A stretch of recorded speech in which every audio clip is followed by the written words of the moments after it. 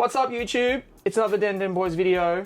I'm Vaughn. Garth. Together we are the Den Den Boys, and together we are back in the games room for another video. We're going to be doing a review this time of a game that I've wanted to play for a very, very long time, and I haven't had in the collection, but was able to find it on my latest trip to Hiroshima.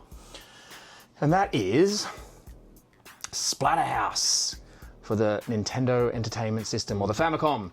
It actually translates to Splatterhouse, Wanpaku Graffitti, which means in Japanese, basically Wanpaku means mischievous or naughty.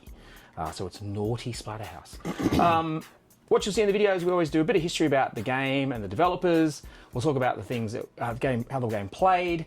We'll talk about the things we liked and didn't like about the game. And then at the end, we'll give you a recommendation should you go out and play Splatterhouse Wanpaku Graffitti. There you go. A little bit of history about the game, dude. Yeah, so as we mentioned, it's a Famicom exclusive, or as we know, it's the Nintendo Entertainment System. It's from 1989, never left Japan. No. I think the American audience or censors would have shredded the game, so it's probably just as well it remained Jap exclusive.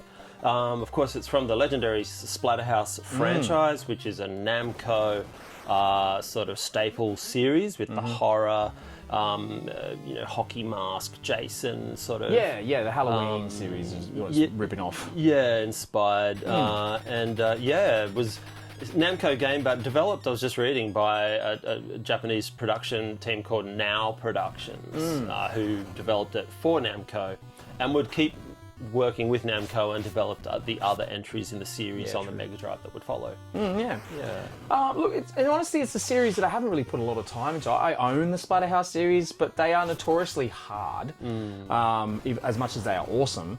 And so I hadn't played a lot of time, but this one is aiming to just tone down the difficulty just a little bit. It's got a cutesy sort of take on the Splatterhouse series. Kind of for a younger audience, but still quite, inappropriate with certain elements of the humour.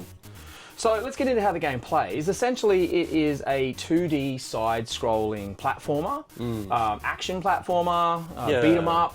It's sort of on those genres. Yeah, the enemies are sort of swarming towards you, and you're kind of one hit chopping them down with your trusty axe. A little bit of platforming, but kind of largely just getting sort of swarmed with enemies. And the interesting thing is, on top of the platforming and the action, they sort of have like a very, RPG light sort of mechanic in it, where at the top of the screen, as you see in the video, after you've hit a certain amount of enemies, you'll level your character up with a life by your health bar improving grows. their life bar. Yeah, starts off with like 3 dots, and then and you hit 10 enemies, you get another little bar, and then it starts going up to 20 and 40 and so on and so on. Yeah, so that was a nice little touch. Yeah, very cool. You don't see that in sort of beat 'em up platformers very often. And they really pretty much stick to the axe as the main weapon. But they do shotgun. Yeah, later in the game we discovered that there is the shotgun, which he can carry around, which blasts basically all the characters on the screen in a spread shot and takes them all out, whereas your axe kind of really only takes out one at a time. Yeah, and you get like 10 bullets, 10 shells, and then it's sort of gone. And then interestingly, there's 7 main stages. Some of them in the middle part were quite long, actually, for a NES game, quite long levels. But there is actually some hidden levels in the game as well. Yeah. And as we discovered, there was probably some secret stages or encounters where we were gathering these orbs, balls, crystals, whatever. One we got from meeting someone at a tea party in Japan, and then there was Egyptian and Egypt, and she gave us an orb. Yeah, and it was quite a ceremony when they gave this to you. There's almost like a 30-second cutscene with a bit of a provocative dance. Yeah, and apparently there's 3 in the game. We found the 2 out of the 3, so we may have to go back and find out what the 3rd does, whether it gives you an alternative ending or something. But so there is a little bit of replayability in terms of the paths you can take. And at the start of the game, that your girlfriend's kidnapped by an evil entity, and you sort of set off to rescue her. Yeah. So that's how the game plays. It really is, Splatterhouse, cute.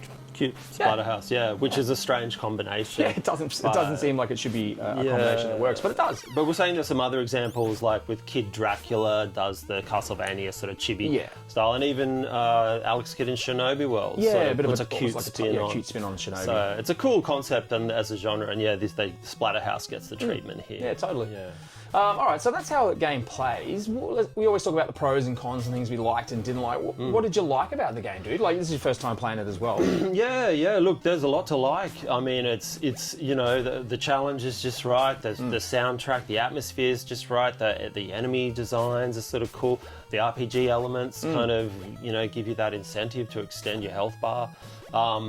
And yeah, I mean, graphically, there's a lot of little touches. It may at first glance appear a little bland on the NES color palette, but when you sort of delve deeper, there's little animations, little details. Those enemies getting sort of chucked into the wall and chopping things in half, and grass kind of moving, and even your heartbeat sort of becoming there was a heartbeat track. That was really cool. There was some flourishes they were trying a lot of stuff. Yeah, it really worked. Yeah. How about you? I think the thing that I liked the most was, as happens in a lot of Japanese games, exclusive games, is they those little tie-ins, those little pop culture tie-ins. Yes, so there was a couple. There was a Michael Jackson boss in the beginning of the game. First stage was like a Michael Jackson Thriller stage where you're doing the dance. Cool. That was cool. Yeah. There was almost like an alien scene, a boss bursting out of the gut. Tummy, the Fly. Jeff Goldblum's Fly. The Fly. So there was all these like little horror tie-ins, and obviously the character himself was a bit of a rip-off of the Halloween series anyway. Yeah.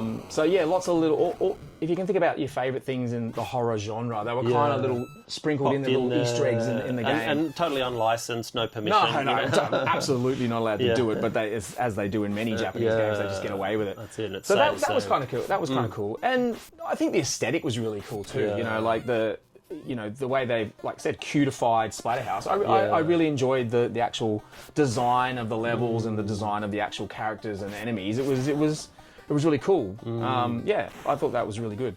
Was there anything in the game that you were like, didn't do it for you? Or could have been better? Yeah, you're sort of scratching to sort of find any complaints. I mean, you're a large sprite and you can't duck, so you will sort of take knocks and hits, and he skids a little bit. We discovered early that you have to really take your finger off the D-pad and do your axe work, because you would skid and take.